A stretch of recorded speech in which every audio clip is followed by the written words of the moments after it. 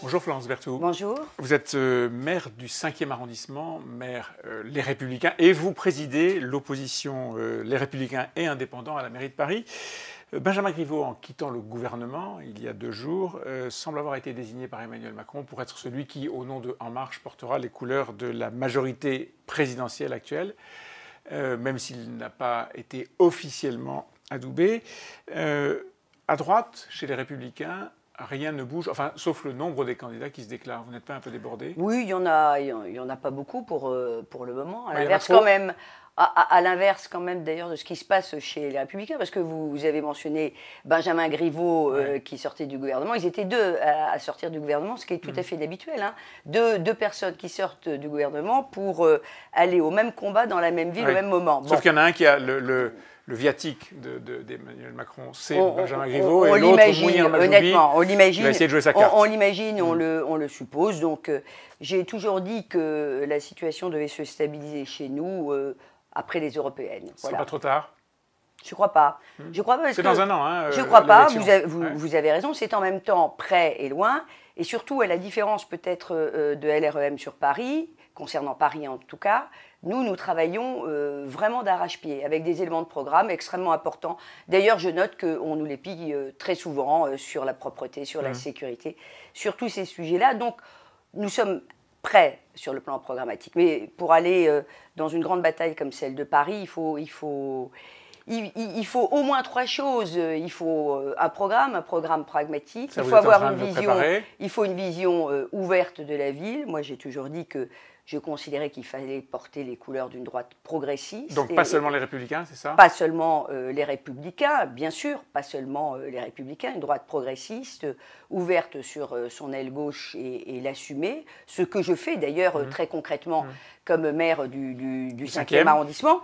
Et puis il faut faire consensus et il faut avoir une équipe. Donc, il faut un candidat ou une candidate qui rassemble ces 3 qualités. Alors, vous faites partie de ceux et celles qui sont cités régulièrement pour être éventuellement candidats. Sans m'être déclaré. Non, je sais bien, c'est pour ça que je dis que l'on désigne habituellement. Rachida Dati est candidate officiellement, elle a posé sa candidature. Oui, et elle est maire d'arrondissement, donc je trouve que les maires d'arrondissement ont sans doute une légitimité particulière à se présenter, parce qu'il faut connaître le travail. Donc elle est lancée. Il ne faut pas être hors sol. Elle est lancée. Oui, je crois que Rachida, elle le dit, elle a envie d'y aller. Et vous, face à cette candidature, face à celle de Pierre-Yves Bournazel aussi, qui est plutôt agir constructif. Qui est plutôt agir. Oui, et vous dites qu'il faut une primaire. Oui. J'imaginais que c'était une idée qui est une idée finalement très démocratique, qui était d'organiser une primaire interne. Je rappelle que ça marche pas, hein, les autres en veulent pas. Mais je suis minoritaire, donc encore une fois, je suis une présidente de groupe qui entend la majorité. Donc une fois qu'on a dit ça, ça veut dire que nous, il faut qu'on se mette autour d'une table. Comment ça va se passer le processus? Parce que vous n'allez pas aller toutes les 2, je veux dire Rachida Dati. Non, mais je pense que le président du mouvement nous réunira. Nous-mêmes, nous nous réunirons. On a d'ailleurs de nombreuses occasions, fort heureusement, de se réunir entre nous. Je rappelle qu'on est quand même 9 maires d'arrondissement issus de notre famille et des dizaines de conseillers d'arrondissement et de conseillers de Paris. Conseillers de Paris, on est 44. Donc, on va se parler. Bon. Se parler, c'est bien en politique. Se parler, c'est bien. Et donc, on se dit qu'avant l'été, on saura qui est candidat ou candidate. Bien sûr. Et ça se jouera probablement. On voit bien que il y a un temps quand même démocratique qui se présente, qui est celui des européennes. Les têtes ne sont pas totalement à ça. D'ailleurs, moi, je m'étonne franchement qu'à un moment aussi important, sortie des Gilets jaunes, préparation des élections européennes, apparemment l'obsession des candidats à LREM, c'est vraiment de sortir du gouvernement. Oui, et tout ça se manifeste au travers d'un sondage qui a été publié il y a quelques jours par le Journal du Dimanche. En tout cas, il y en a un qui était, je vais dire, fondateur, en tout cas qui signifiait fondateur, quelque non, chose. Parce qu'on avait déjà il y a un mois. Oui, mais simplement, on voit que Anne Hidalgo est repassée en tête d'un premier tour des élections, suivi par La République En Marche. Disons, Anne Hidalgo 24-25, La République En Marche 20-22. Et à droite, les Républicains, votre candidature et celle de Rachida Dati ont été testées, 12, 14. Non, on est entre 14 et 20, ouais. Ça dépend effectivement de la configuration, si on est nombreux ou pas. Bon, mais rien de... Ça ne suffit pas. Ça ne suffit pas. Ça ne suffit pas, il ne faut pas être divisé. Puisque dans le sondage, vous voyez bien que quand on est seul face à Hidalgo, on arrive à 20. Voilà. Sa campagne a commencé, Anne Hidalgo a commencé sa campagne, oui. Et elle se redresse de façon assez spectaculaire. Elle était en dessous de 20 il y a 6 mois, elle est nettement au-dessus c'était quand même, elle était très très très bas.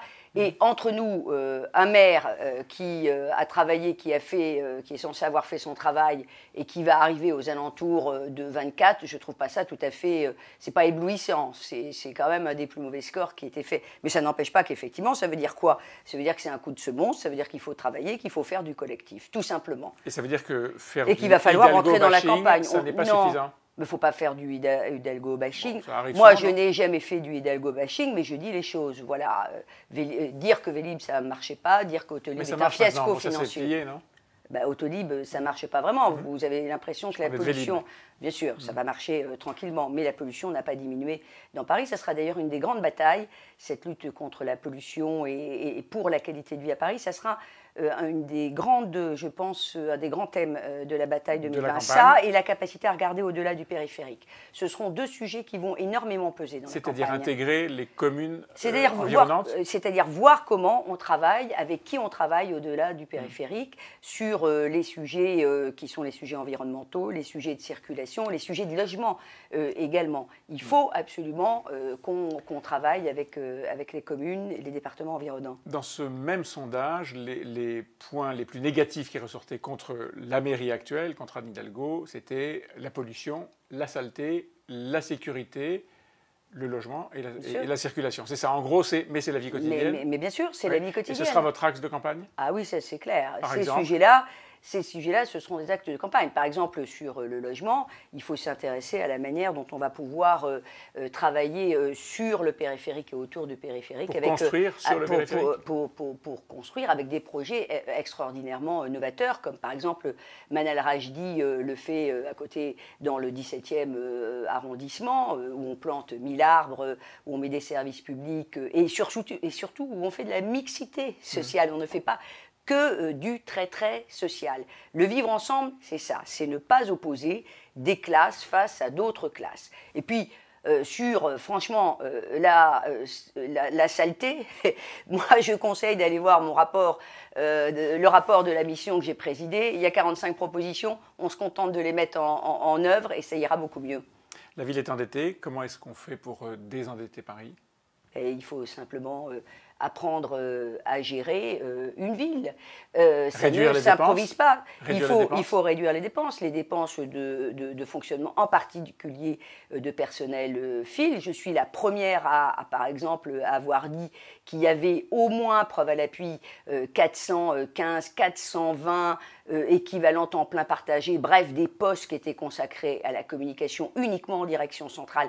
C'est tout à fait extravagant. Il n'y a pas une ville européenne, il n'y a pas une ville en France où on fait ça. Et regardez la manière dont sont gérés les travaux, qui sont une source de dépenses absolument ininterrompue, parce qu'on casse, on refait, on recasse, on n'anticipe pas, on n'accompagne pas. Donc ce sera une campagne qui sera sur la vie quotidienne des Français et non pas sur la politique, c'est bien ça? Oui, je le crois profondément. D'ailleurs, c'est ce qu'on nous demande localement. J'ai lancé ma campagne dans le 5e. J'ai dit que je me représentais à la mairie du 5e arrondissement. Il y avait dans la salle des personnes qui n'étaient pas issues que de ma famille politique, fort heureusement. Et pour la ville, ce sera avant fin juin. Merci Florence Berthoud. Merci.